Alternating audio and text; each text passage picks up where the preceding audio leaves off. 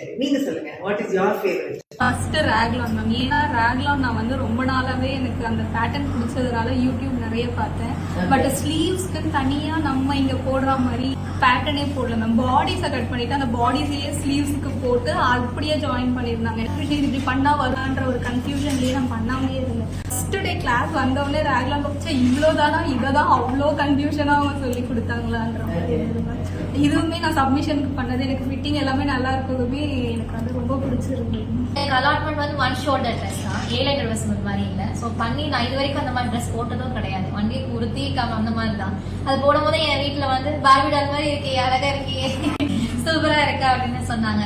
Kaftan வந்து ரொம்ப பிடிக்கும். நார்மலாவே இதுக்கு முன்னாடியே வந்து ரெடிமேடா வாங்கி போட்டிருக்கேன். என்னோட சைஸ் வந்து 2500 சொன்னாங்க காட்டன்லயே. இவ்வளோ ரேட்டு கொடுத்து இதை வாங்கணுமா அப்படின்ட்டு நான் வாங்கவே இல்லை கடைசி வரைக்கும். நம்ம கிளாஸ் ஸ்டிச் பண்றப்ப ரொம்ப சிம்பிளா இருந்துச்சு மேம், பார்க்கவும் அழகா இருந்துச்சு போட்டதுக்கு அப்புறம். எவ்வளவு காசு ஆச்சு நீங்க தைக்கிறது? தைக்கிறதுனா ஒரு 120 அப்படிதான் மேம் வரும். டோட்டலாவே 4 மீட்டர்னா 480.